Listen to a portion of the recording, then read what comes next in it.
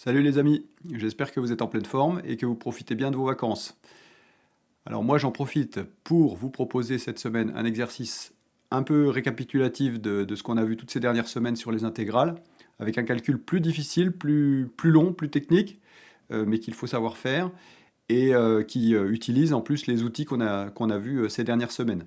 Je pense à partir de la semaine prochaine changer un peu de sujet. On a vu beaucoup d'intégrales ces derniers temps, et il faut qu'on tourne un petit peu sur tous les sujets de la sup. Je ne sais pas encore ce que je vais faire, mais je vais me décider dans la semaine. Voilà. Alors, on passe sur notre tableau, on corrige la petite énigme de la semaine dernière et on attaque cet exercice. Alors, pour commencer l'énigme de la semaine dernière, donc on avait le nombre 0,78, 78, 78, etc. Nombre avec une infinité de décimales après la virgule. Et on voulait écrire le nombre a sous la forme d'une fraction irréductible. Je ne sais pas si vous avez essayé de faire cet exercice, et si oui, si vous avez eu une idée. Ici, évidemment, l'idée c'est d'utiliser la périodicité des chiffres après la virgule, 78, 78, 78, et d'essayer de se ramener à une somme qu'on connaît. Alors on va décomposer le nombre a, en disant que le nombre a est égal à 0,78 plus 0,0078 plus 0,000078 plus etc. Et on voit que du coup, le nombre a peut s'écrire 78 fois 10 puissance moins 2 plus 78 fois 10 puissance moins 4 plus 78 fois 10 puissance moins 6, etc. C'est-à-dire, on peut dire que le nombre a est égal à 78 fois la somme pour k allant de 1 jusqu'à plus l'infini de 10 à la puissance moins 2, le tout à la puissance k.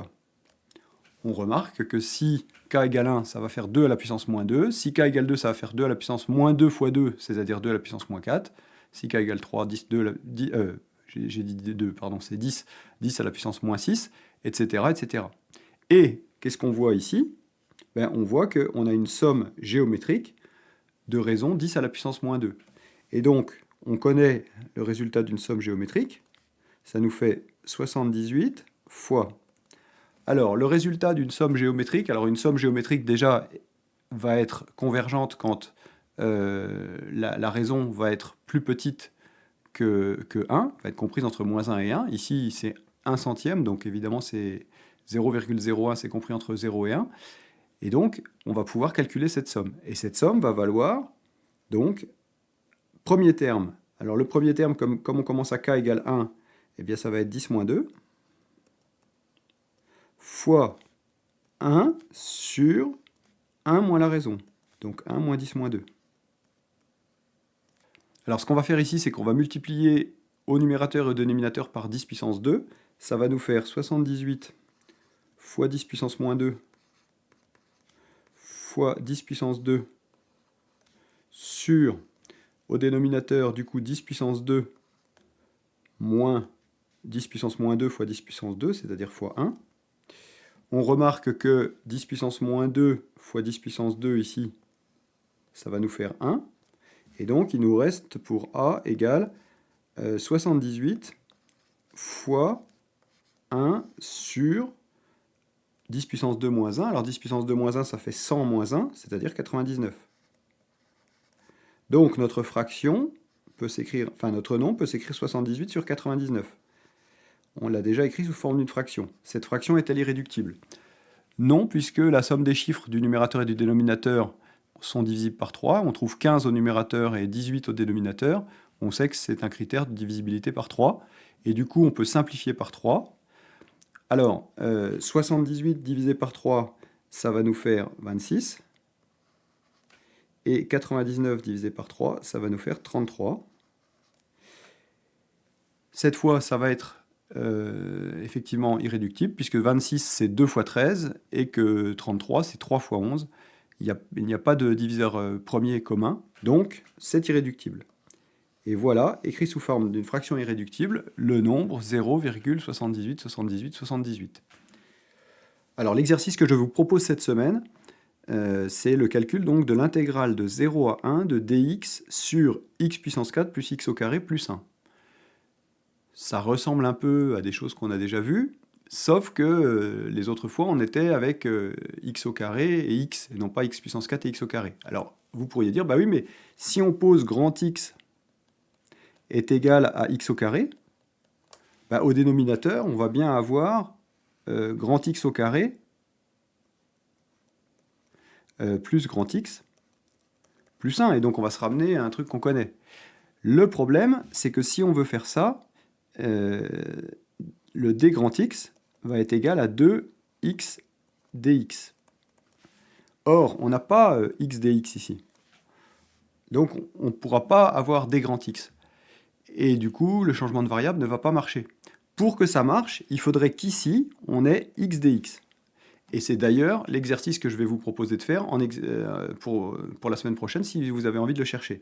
C'est-à-dire comment on fait si on a un x à côté du dx. Ici, on n'a pas cet x, et donc on ne peut pas du tout procéder comme ça, il faut faire autrement.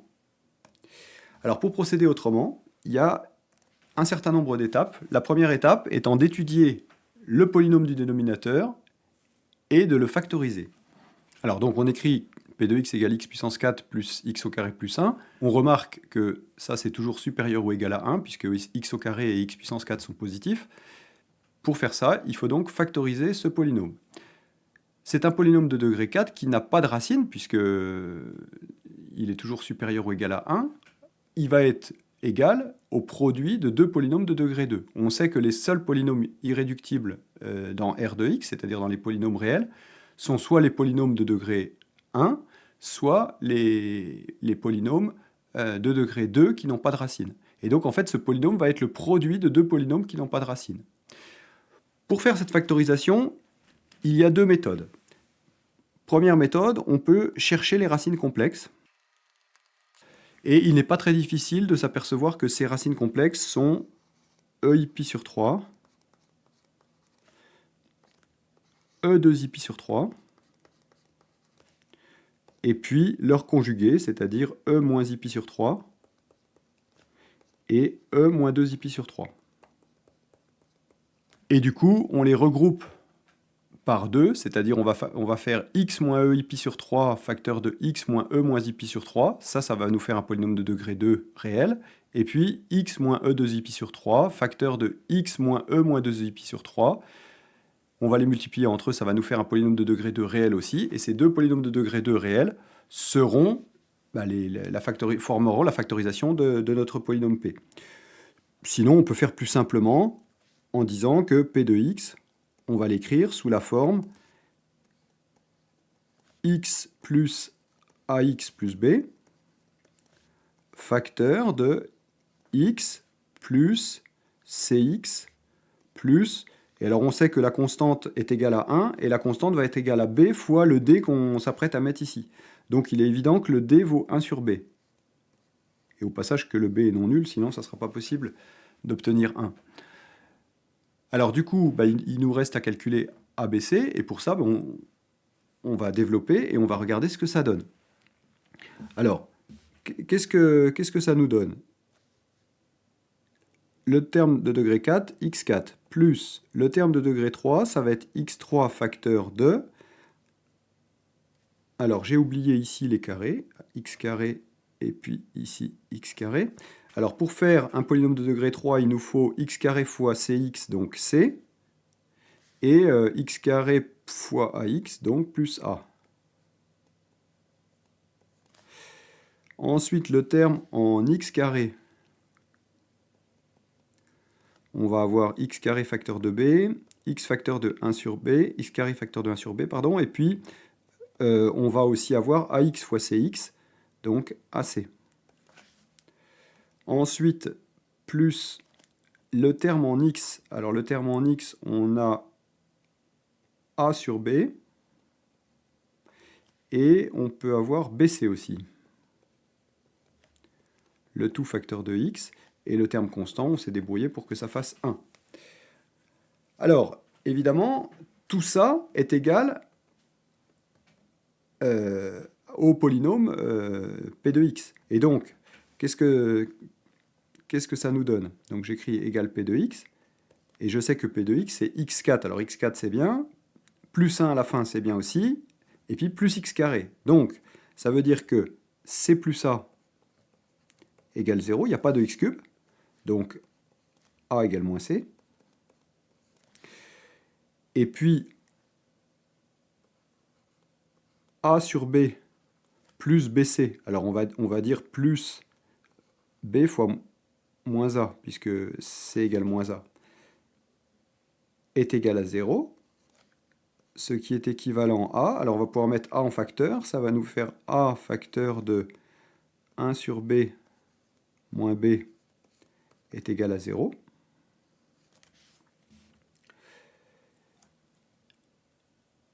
Et puis enfin, donc, le terme en x carré, donc on a B plus 1 sur B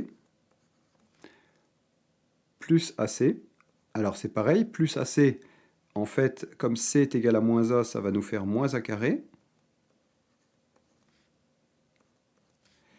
est égal au coefficient de x carré, c'est-à-dire 1. Très bien. Alors si on suppose que A est égal à 0, dans ce cas-là, on va obtenir dans la troisième équation B plus 1 sur B est égal à 1.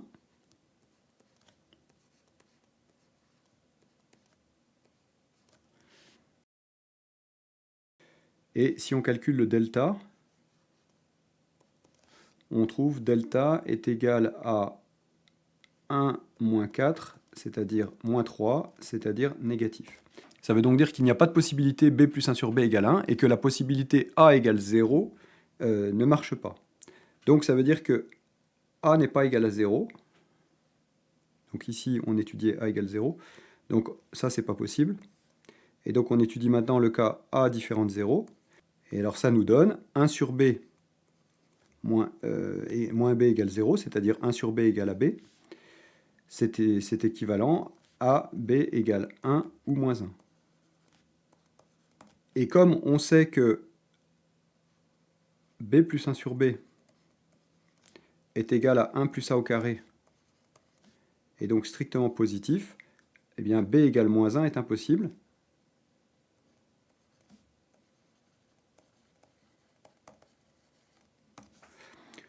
Du coup, on obtient que B est égal à 1. B plus 1 sur B fait donc 2, ce qui veut dire que A carré est égal à 2. B plus 1 sur B fait donc 2, qui est égal à 1 plus A au carré, donc A au carré est égal à 1, et donc A est égal à plus ou moins 1. Alors qu'on mette plus 1 ou moins 1, ça ne changera rien, puisque soit on met le moins 1 d'un côté, ici par exemple, et ici on aura le plus 1, ou si on met le plus 1 de l'autre côté, eh bien on aura le moins 1 de l'autre côté, ça nous donnera exactement la même décomposition. Et donc, ça veut dire que la factorisation de P de x, c'est... Donc on a dit x au carré plus x plus 1, facteur de x au carré moins x plus 1. Si on développe ça, on voit très rapidement qu'effectivement, on obtient bien x puissance 4 plus x au carré plus 1. Et maintenant, ce qu'il faut faire, c'est faire la décomposition en éléments simples de cette fonction. Alors pour la décomposition de cette fonction, comme on sait que les polynômes du dénominateur sont de degré 2, ça veut dire que les polynômes qu'on met au numérateur sont de degré 1, donc de la forme ax plus b, cx plus d. Et donc on veut calculer cette décomposition, c'est-à-dire trouver la valeur de a, de b, de c et de d. Alors pour faire ça, il y a premièrement la parité de f. F est pair.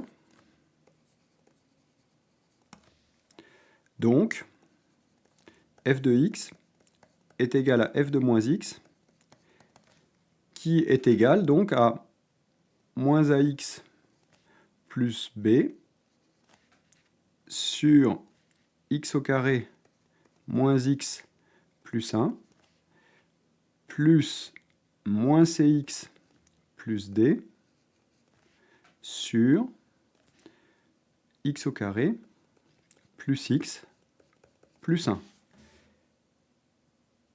Mais ça, c'est aussi égal à ce qui est écrit au-dessus, c'est-à-dire à ax plus b et à cx plus d sur donc, x au carré plus x plus 1 et x au carré moins x plus 1.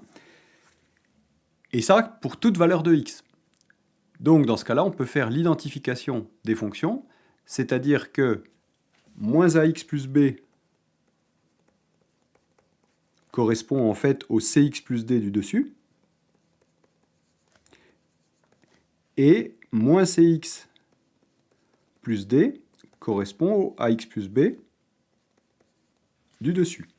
Ça, qu'est-ce que ça nous donne? Ça nous donne que a est égal à moins c, et ça nous donne que b est égal à d. Parce que je vous rappelle, on a des égalités de polynômes, ce qui doivent être vrai pour tout x, et donc c'est les coefficients qui doivent être égaux.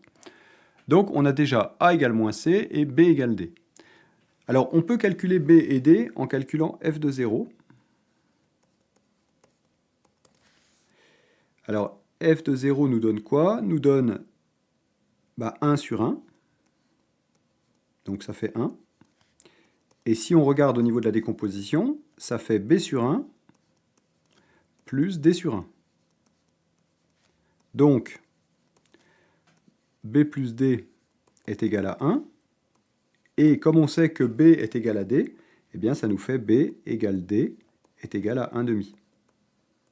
Alors pour le calcul de a, on peut essayer différentes méthodes.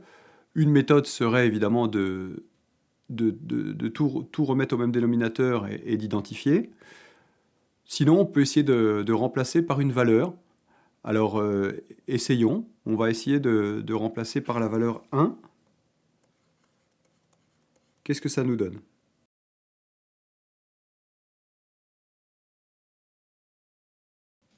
Alors, on va tout mettre sur 3, ce qui nous permettra de supprimer les 3 au dénominateur.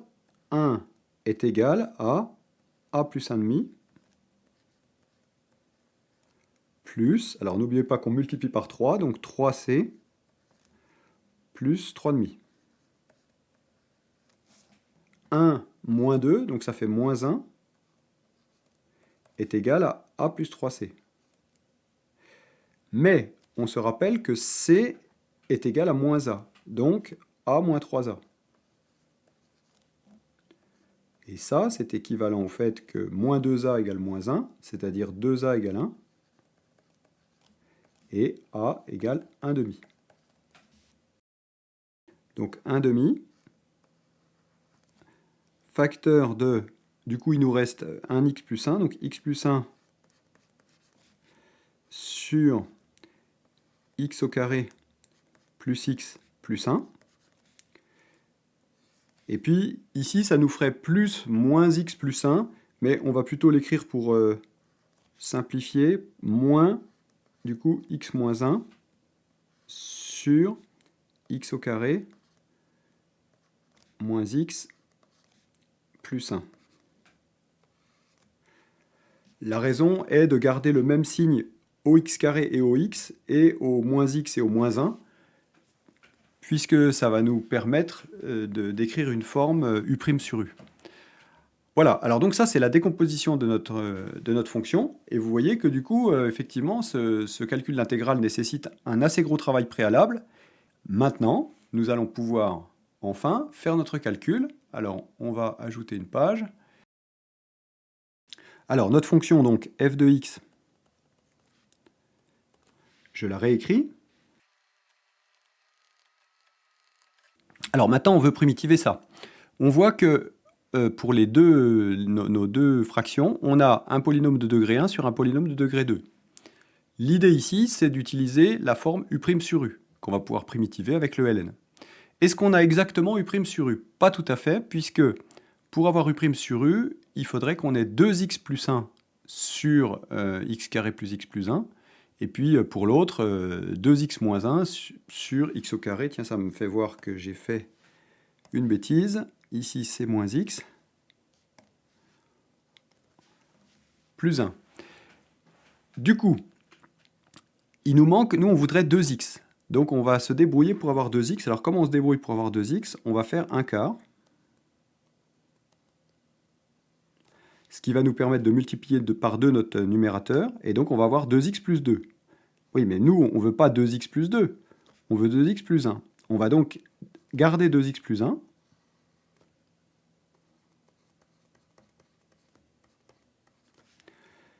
Ici, on va garder 2x moins 1.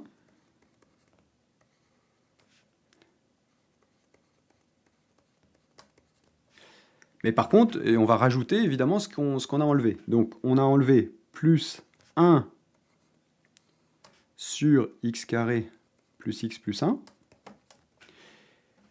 Et puis plus, alors dans l'autre il faut faire attention, on devait mettre moins 2, on a mis juste moins 1. Donc il nous manque moins 1. Ça veut dire on rajoute moins 1, mais attention, on avait un moins devant la fraction. Et donc ça nous fait moins 1, donc plus 1 sur x au carré moins x plus 1. Maintenant, on a exactement une forme u' sur u pour les deux premières fractions. Et puis on a une forme 1 sur polynôme du second degré qui ne s'annule pas pour les troisième et quatrième fractions. Et ça, on a déjà vu comment faire précédemment. Alors, on va calculer notre primitive. Donc la primitive de petit f de x, je la note grand F de x. Du coup, ça va être quoi? Ça va être 1 quart de... Alors ici, on est exactement de la forme u' sur u. Donc la primitive, c'est ln de valeur absolue de u. Comme u, c'est x carré plus x plus 1 qui est positif, on n'a pas besoin de la valeur absolue. Et donc c'est ln de x au carré plus x plus 1 moins ln de x au carré moins x plus 1. Et puis plus, eh bien, primitive de dx sur x au carré plus x plus 1 plus primitive de dx sur x au carré moins x plus 1. Et je ferme ma grande parenthèse du début. Alors, on a presque fini. On a presque la primitive de notre fonction. Il nous manque ces deux petites primitives-là. Alors, cette primitive-là, je vais l'appeler i, et puis cette primitive-là, je vais l'appeler j, et je vais calculer i. Alors pour ça, je vais vite parce que je vous ai déjà montré. Donc qu'est-ce que je fais? Je dis que i, c'est dx sur... Alors on commence comme un carré parfait, donc x plus 1 demi au carré. Sauf que il nous manque le 1 demi au carré qui vaut 1 quart. Et nous, on veut plus 1 à la fin. Et donc il nous manque 3 quarts. Donc plus 3 quarts.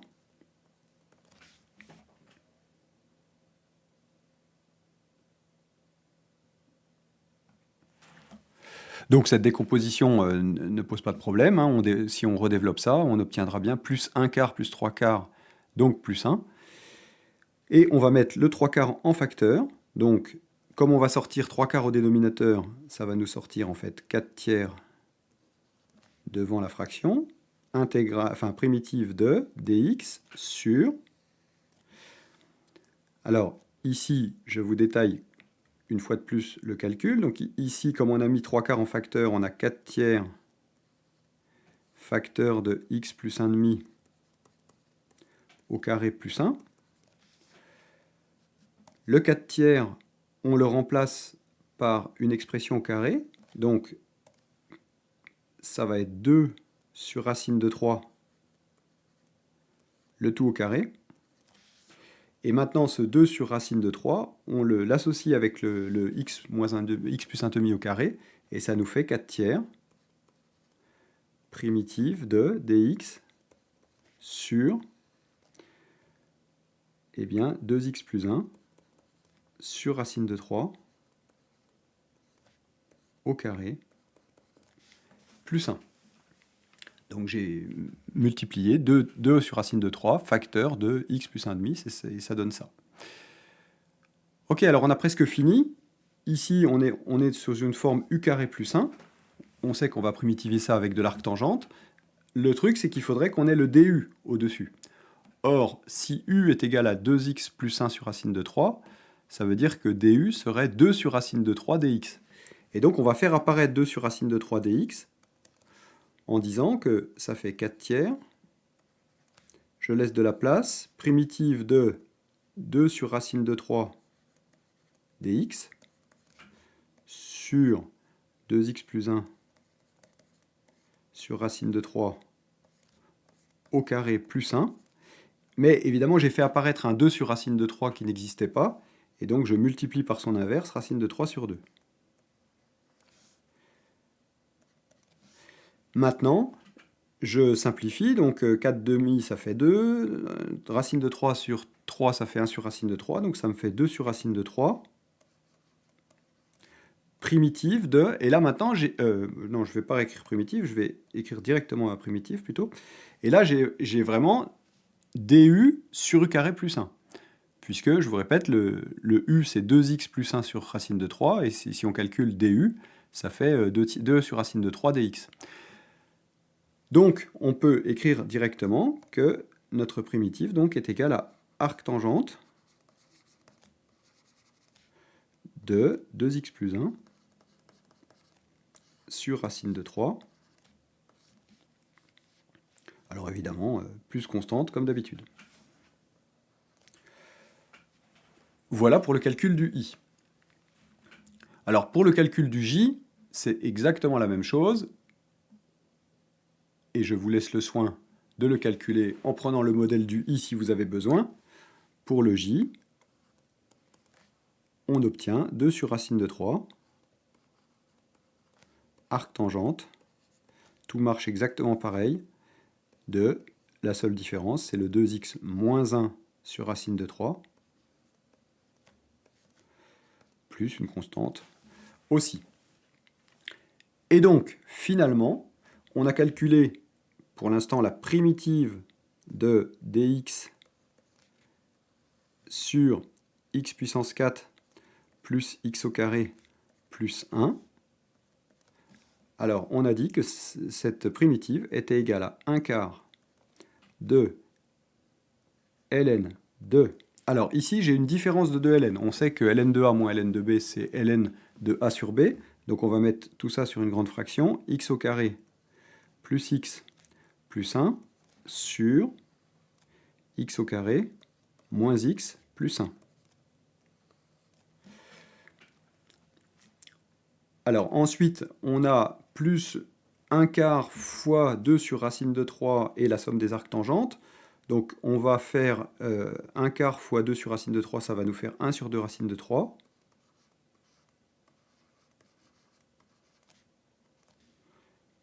Et donc facteur de arctangente de 2x plus 1 sur racine de 3 plus arctangente de 2x moins 1 sur racine de 3. Ouf, voilà donc enfin calculé la primitive de notre fonction. Et maintenant, on termine le calcul de l'intégrale sans aucune difficulté. Il suffit de calculer notre primitive aux bornes. Égale. Alors je dois évaluer d'abord ma primitive en 1. Ça me donne 1 quart ln de 3. Au numérateur 1 plus 1 plus 1, au dénominateur 1 moins 1 plus 1, donc ça fait 3 sur 1, donc ln de 3, plus 1 sur 2 racine de 3, facteur de, alors arctangente de 2 fois 1 plus 1, c'est-à-dire 3 sur racine de 3, 3 sur racine de 3, ça fait racine de 3, donc arctangente de racine de 3, et puis plus arctangente de 2 fois 1 moins 1 sur racine de 3, c'est-à-dire 1 sur racine de 3, donc arctangente de 1 sur racine de 3. Ok, moins, on doit évaluer notre primitive en 0. Donc 1 quart de ln de, alors 0 plus 0 plus 1 sur 0 moins 0 plus 1, c'est-à-dire ln de 1, ce qui fera 0. Et puis, moins 1 sur 2 racine de 3. Arctangente de, 0 plus 1, donc 1 sur racine de 3. plus arctangente de 0 moins 1 sur racine de 3, donc de moins 1 sur racine de 3. Ok.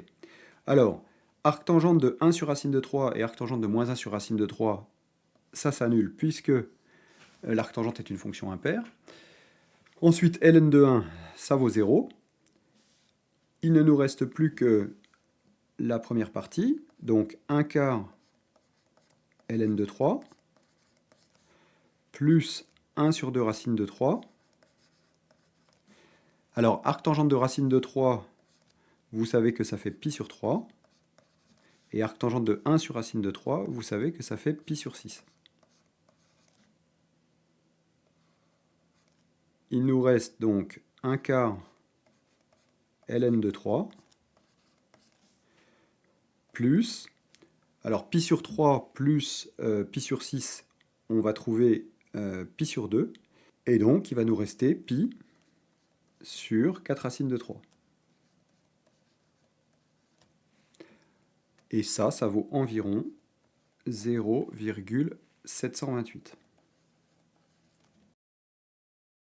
Donc voilà pour ce résultat. Donc l'intégrale de 0 à 1 de x puissance 4 de dx sur x puissance 4 plus x carré plus 1, c'est donc 1 quart de ln de 3 plus pi sur 4 racines de 3. Je trouve que c'est une belle intégrale dont le calcul n'est pas évident et qu'il est bon d'avoir fait pour s'en souvenir si jamais on retombe dessus. Pendant cette semaine, si ça vous dit, vous pouvez chercher ces deux intégrales-là. Alors, l'intégrale dont je vous ai parlé, x dx sur x4 plus x carré plus 1, où là, effectivement, on va pouvoir poser u égale x carré et puis se ramener à une intégrale à laquelle on est habitué. Ça, vous pouvez faire ça si vous êtes en sup et si vous êtes en spé aussi. Et si vous êtes en spé, vous pouvez aussi faire le calcul de la même intégrale que ce qu'on vient de faire, intégrale de moins l'infini à plus l'infini de dx sur x4 plus x carré plus 1. Vous n'aurez, si vous ne voulez pas refaire tout le calcul de la primitive, vous n'aurez pas à le refaire puisqu'on l'a fait, mais je trouve que c'est intéressant, justifier la convergence de l'intégrale, et puis calculer sa valeur. Éventuellement, ça peut aussi être l'occasion de refaire le calcul de la primitive pour vérifier que vous savez refaire ça. Donc, vous trouverez le corrigé de ces deux petits exercices au PDF numéro 30 sur mon blog. Vous trouvez évidemment le lien vers la page pour les PDF et vers le blog sous la vidéo. Voilà pour aujourd'hui. C'était encore une très longue vidéo. Je vous remercie de m'avoir suivi jusque-là. Je n'ai pas pensé à vous dire tout à l'heure, mais comme d'habitude, n'oubliez pas de me mettre des pouces et de continuer à vous abonner. Les abonnements continuent à monter et c'est très bien, j'en suis très content. Profitez bien de vos vacances, terminez bien vos vacances, n'oubliez pas les maths et puis reposez-vous. À bientôt. Salut à tous.